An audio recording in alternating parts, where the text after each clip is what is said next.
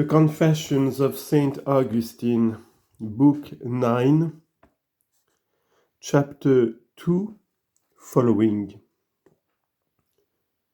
Moreover, it had at first troubled me that in this very summer my lungs began to give way amid too great literary labor, and to breathe deeply with difficulty, and by the pain in my chest to show that they were injured, and to refuse any full or lengthened speaking. This had troubled me, for it almost constrained me of necessity to lay down that burden of teaching, or, if I could be cured and recover, at least to intermit it.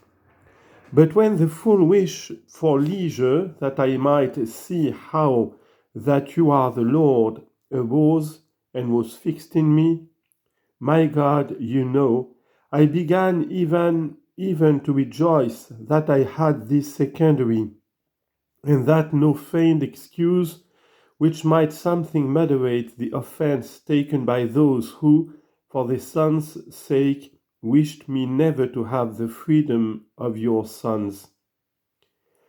Full then of such joy, I endured till that interval of time were run. It may have been some 20 days, yet they were endured manfully, endured for the covetousness which aforetime bore a part of this beauty, of this heavy business, had left me, and I remained alone and had been overwhelmed, had no patience taken its place. Perchance some of your servants, my brethren, may say that I sinned in this, that with a heart fully set on your service, I suffered myself to sit even 1 hour in the chair of lies. Nor would I be contentious. But have you not, O most merciful Lord, pardoned and remitted this sin also, with my other horrible and deadly sins, in the holy water? Chapter 3. Verecundus was worn down with care about this our blessedness, for that being held back by bonds, whereby he was most straitly bound, he saw that he should be severed from us. For himself was not yet a Christian, his wife one of the faithful, and yet hereby more rigidly than by any other chain was he let and hindered from the journey which we had now essayed. For he would not, he said, be a Christian on any other terms than on those he could not. However, he offered us courteously to remain at his country house so long as we should stay there. You, O Lord, shall reward him in the resurrection of the just, seeing you have already given him the lot of the righteous. For although in our absence, being now at Rome, he was seized with bodily sickness, and therein, being made a Christian, and one of the faithful, he departed this life.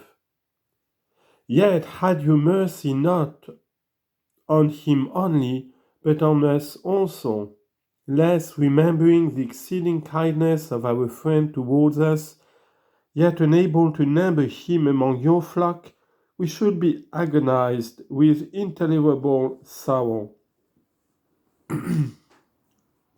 Thanks unto you, our God, we are yours. Your suggestions and consolations tell us, faithful in promises.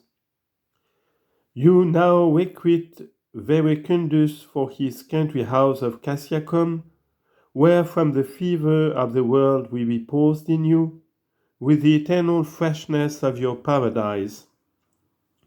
For that you have forgiven him his sins upon earth, in that rich mountain, that mountain which yields milk, your own mountain. He then had at that time sorrow. But Nebridius, joy.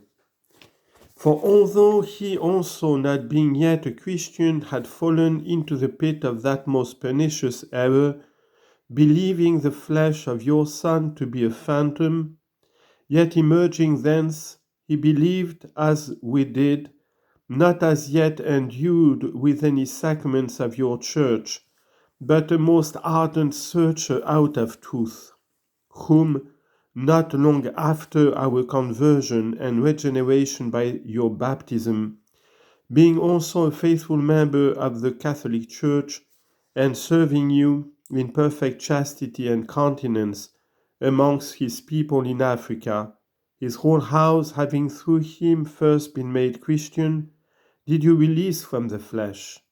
And now he lives in Abraham's bosom. Whatever that be which is signified by that bosom, there lives my Nebridius, my sweet friend and your child. O Lord, adopted of a freedman, there he lives. For what other place is there for such a soul? There he lives, whereof he asked much of me, a poor inexperienced man. Now lays he not his ear to my mouth, but his spiritual mouth, and to your fountain, and drinks as much as he can receive, wisdom in proportion to his thirst, endlessly happy. Nor do I think that he is so inebriated therewith as to forget me, seeing you, Lord, whom he drinks, are mindful of us. So were we then, comforting Verecundus, who sorrowed as far as friendship permitted that our conversion was of such sort, and exhorting him to become faithful according to his measure, namely, of a married estate, and awaiting Nebridius to follow us, which being so near, he was all but doing, and so lo. Those days rolled by at length, for long and many they seemed, for the love I bear to the easeful liberty that I might sing to you from my inmost marrow. My heart has said unto you, I have sought your face, Lord, will I seek.